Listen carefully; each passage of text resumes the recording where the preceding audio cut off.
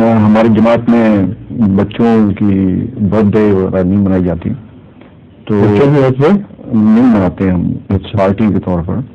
تو ایک تو اس میں یہ مشکل پیش آتی ہے کہ بچوں کو اس کی یہ سمجھانا بڑا مشکل ہے کہ کیوں نہیں، اس کی کیا وجہ ہے.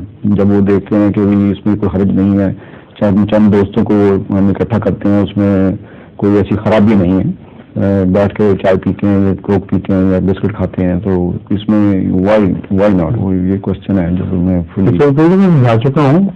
اور بچوں کے مجلسوں میں بھی بات ہو چکی ہے، وہ تو سمجھ رہے تھے سارے، جن کو میں نے سمجھایا تھا.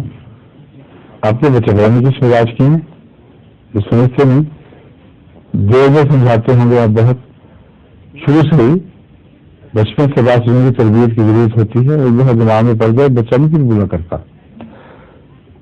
اس کو بتانا چاہیے کیوں آخر بناتے ہو، تمہاری کیا اس دن کی خوبی ہے جو تم پیدا ہوئے ہو، تمہارا کیا کمال ہے. اور اس بات کی کیا ضمانت ہے کہ کوئی بدبخت بچہ پیدا ہوا ہو.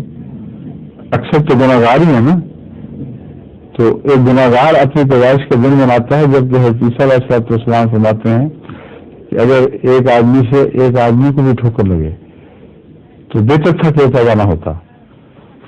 فلسفہ کوئی نہیں اس کا. وہ خوشی منانے کے لیے کوئی اپنی کمائی ہونی چاہیے، اور تمہاری پیدائش تو بے اختیار ہے. اور کوئی پتہ نہیں کیا بنتے تم اور کیا بنو گے. اکثر ہم جانتے ہیں کہ بد بھی بنتے ہیں. تو اصولی طور پر ہمیں اس سے اختلاف ہے.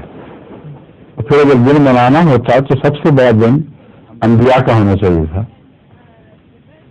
ہم نے جو کبھی کسی نبی کو اپنی برتھ ڈے مناتے نہیں دیکھا، نہ اس کے صحابہ نے کبھی اس کی برتھ ڈے منائی، نہ ان کے بعد آنے والوں نے ان کی منائی.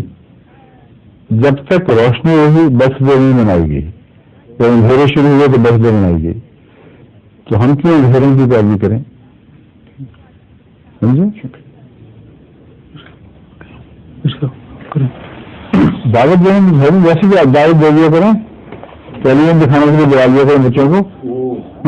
سمجھ تو گئے ہیں، وہ مناتے بھی نہیں ہیں، لیکن وہ دوسرے کیونکہ اسکولوں میں اور جنہوں نے آپ کو دلیل بتائی وہ دلیل میں سمجھا تھا کہ دوسروں میں بند کرا سکیں. ٹھیک ہے.